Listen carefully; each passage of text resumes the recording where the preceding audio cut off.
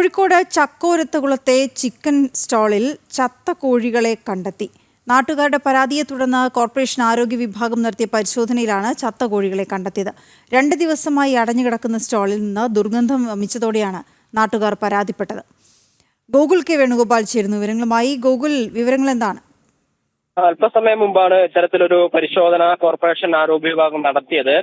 കഴിഞ്ഞ ദിവസം വൈകുന്നേരത്തോടുകൂടി ഇത്തരത്തിലൊരു ദുർഗന്ധം വമിക്കുന്നതായി നാട്ടുകാർ പറഞ്ഞിരുന്നു. 2 ദിവസമായി ഈ കട അടഞ്ഞു കിടക്കുകയാണ് എന്നാണ് നാട്ടുകാരിൽ നിന്ന് വിവരം അറിയാൻ സാധിച്ചത്. പിന്നീട് ആരോഗ്യ വിഭാഗം വിവരം അറിയിച്ചതിനെ തുടർന്ന് അവർ വന്ന് ഈ കട തുറന്നു നോക്കിയ സമയത്താണ് ഒരുപാട് പെട്ടികളിലായിട്ട് നിരവധി കോഴികൾ ചത്ത നിലയിൽ കണ്ടെത്തിയത്. അത് എങ്ങോട്ടെങ്കിലും വിൽപ്പനയ്ക്ക് വേണ്ടി മാറ്റിവെച്ചതാണോ, എങ്ങോട്ടെങ്കിലും കയറ്റി അയക്കുന്നതാണോ എന്നതിനെ സംബന്ധിച്ച വിവരമില്ല.